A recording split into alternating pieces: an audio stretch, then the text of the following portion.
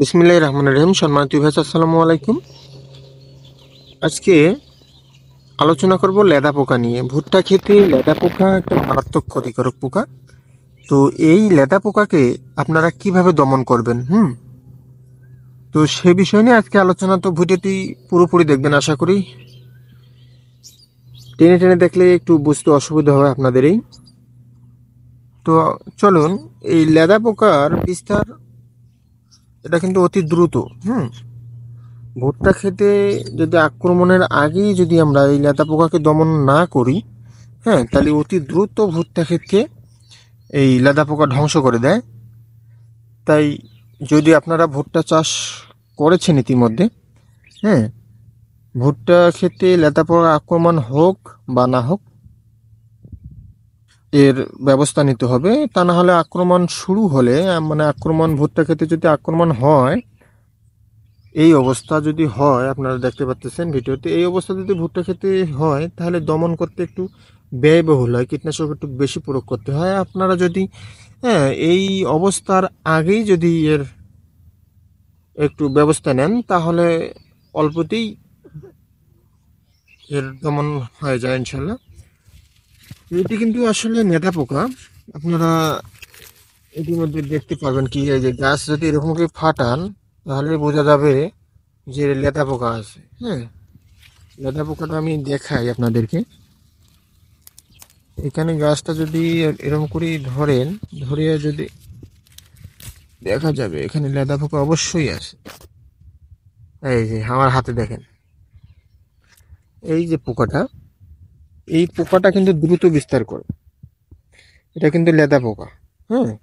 এই লেদা পোকার আক্রমণেই এই ভুট্টা গাছগুলো নষ্ট করে দেয়, যাতে চাষির কিন্তু একটা মারাত্মক লস হয়ে যায় আর কি। তো যাই হোক, আপনারা এই ভুট্টা ক্ষেতকে রক্ষার্থে যেসব কীটনাশক ব্যবহার করবেন, সহজ পরিভাষা আমি সেই কীটনাশকগুলোর নাম বলে দিব, এবং ডিসক্রিপশন বক্সে আমি যদি আমার কথা যদি বুঝতে অসুবিধা হয়, ডিসক্রিপশন বক্সে আমি এর নামগুলো লিখে দেব। আপনারা ওখান থেকে সংগ্রহ করে কীটনাশকগুলো কিনে স্প্রে করবেন, ইনশাল্লাহ এর ভালো সুফল পাবেন আশা করি। এছাড়াও আরও কিছু পদ্ধতিতে এই পোকাগুলো দমন করা যায়।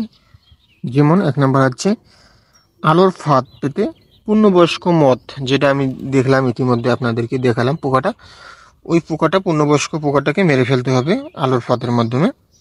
আর দ্বিতীয়ত, এটা আপনারা পাখির ব্যান করে দেবেন, স্টান, পাখি বসার স্টান করে দেবেন। কিছু বাঁশের খুঁটি দিয়ে টি আকারে, বাঁশের খুঁটি দিয়ে টি আকারে পাখির যদি বসার ব্যবস্থা করে দেন, পাখি এগুলোকে ধ্বংস করে দেবে। পাখি খেয়ে ফেলে এগুলো পূর্ণবয়স্ক হয়ে নষ্ট হয়ে যাবে। আর পরে যে আপনারা কীটনাশকটা প্রয়োগ করবেন, সেক্ষেত্রে ডিমটা যেটা আছে সেটা নষ্ট হয়ে যাবে। যাই হোক, পাখির ফাঁদ বসাবেন আর কি, পাখি মারার যে না, পাখি বসার যে স্থানটা বানাই দেবেন আপনারা টি আকারে। আর যেসব কীটনাশক ব্যবহার করবেন সেটা হলো, আপনার মনে রাখবেন ল্যামথা সাইহ্যালোথ্রিন, মনে রাখবেন ল্যামডা সাইহ্যালোথ্রিন জাতীয় কীটনাশক।